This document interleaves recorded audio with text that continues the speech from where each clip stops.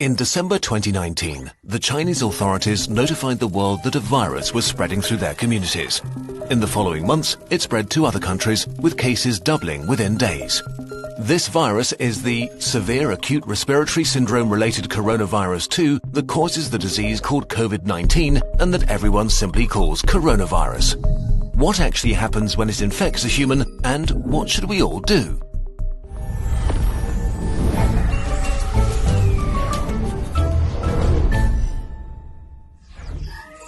A virus is really just a hull around genetic material and a few proteins, arguably not even a living thing. It can only make more of itself by entering a living cell. Corona may spread via surfaces, but it's still uncertain how long it can survive on them. Its main way of spreading seems to be droplet infection, when people cough, or if you touch someone who's ill and then your face, say rubbing your eyes or nose. The virus starts its journey here and then hitches a ride as a stowaway deeper into the body. Its destinations are the intestines, the spleen or the lungs, where it can have the most dramatic effect. Even just a few coronaviruses can cause quite a dramatic situation.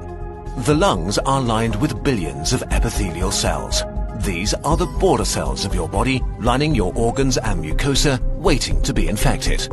Corona connects to a specific receptor on its victim's membranes to inject its genetic material. The cell, ignorant of what's happening, executes the new instructions, which are pretty simple: copy and reassemble.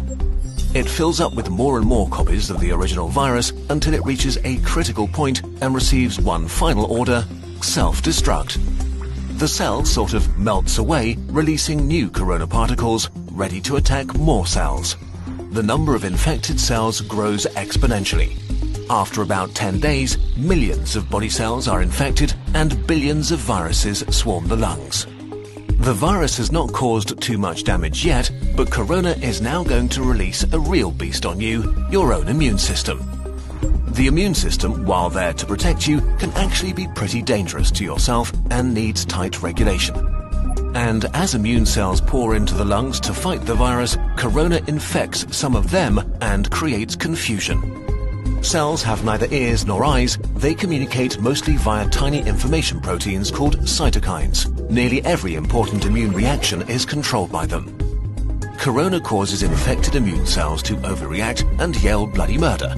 In a sense, it puts the immune system into a fighting frenzy and sends way more soldiers than it should, wasting its resources and causing damage. Two kinds of cells in particular wreak havoc. First, neutrophils, which are great at killing stuff, including ourselves.